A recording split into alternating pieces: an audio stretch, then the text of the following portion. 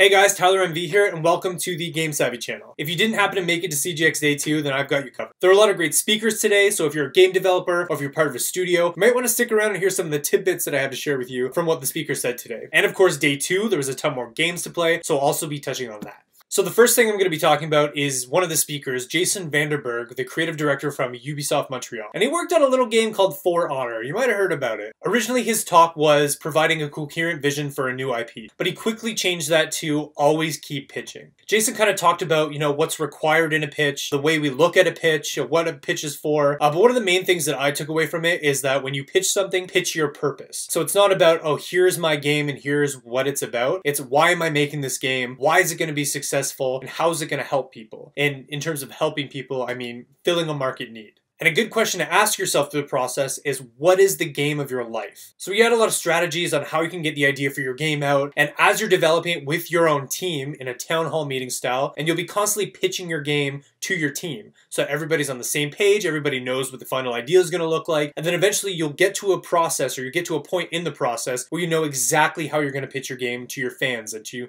the people who are going to play it, the gamers. It's the difference between Dell saying, hey, buy our computer, it's one of the cheapest computers, we'll get it to you fast, it's pretty good performance, versus Apple that says, design is a human right, and we design computers that make the human more efficient. Buy our computer. One's kind of more emotional, and one kind of sells you on the logic of buying a computer. The difference is, when you think logically, or when your pitch is logical, people start thinking about it, but when your pitch is emotional, it skips the logic and goes right to their heart. People don't buy things with their mind, they buy things with their heart. So pitch your purpose.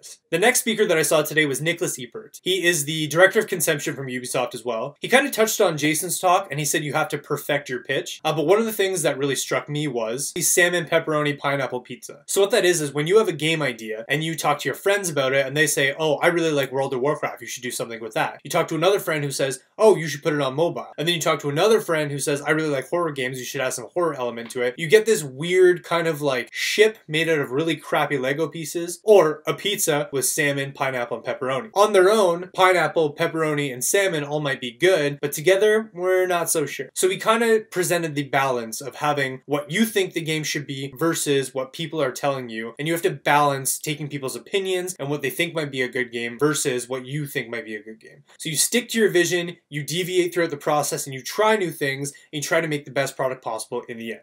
That was basically what I got from the talk. Finally, I heard from McDonald today, who's a developer at Microsoft, and he presented what the fuck is mixed reality. Yes, that's right. What the F is mixed reality? So he was kind of talking about mixed reality, how on one side you have augmented reality, on the other side you have virtual reality, and somewhere in the middle is mixed reality. And it's something that Microsoft is really working on. He also presented an amazing demo for the HoloLens. If you don't know what the HoloLens is, it's a cool device you put on your head. You can see the room around you, but you also put in holograms. And what he showed us was a hologram of a spaceship that he put into the middle of the room, and he kind of walked around it, looked around it, he can make it bigger and smaller. It was awesome to see. And I can't wait for people to start using the HoloLens, and I can't wait for the future of that technology. In my personal opinion, I think VR is pretty cool, but I think it's just a stepping stone to what mixed reality and augmented reality can present to somebody. But that's a whole other video. Now we're on to the games, and there were some awesome games that I got to play today. The first one being Keep Talking and Nobody Explodes. If you haven't heard about this game, it's kind of, I don't want to say party game, but you definitely need more than one person to play it. So you'll put on a VR headset and you'll see a bomb in front of you. And there's wires and buttons and switches and colors, but the person with the VR headset doesn't know what they do. And so you're looking at the bomb. There's going to be somebody beside you talking with a manual. It's the, I can't remember what it's called, the bomb manual or something. And what they're going to do is they're going to ask you questions. How many wires do you see? What colors are they? What buttons do you see? What symbols are on the buttons? When you press a button down, what color pops up? And each one of those corresponds to an action. So if you press a button and yellow pops up, then you might want to let go of the button when the timer's on a certain number, etc.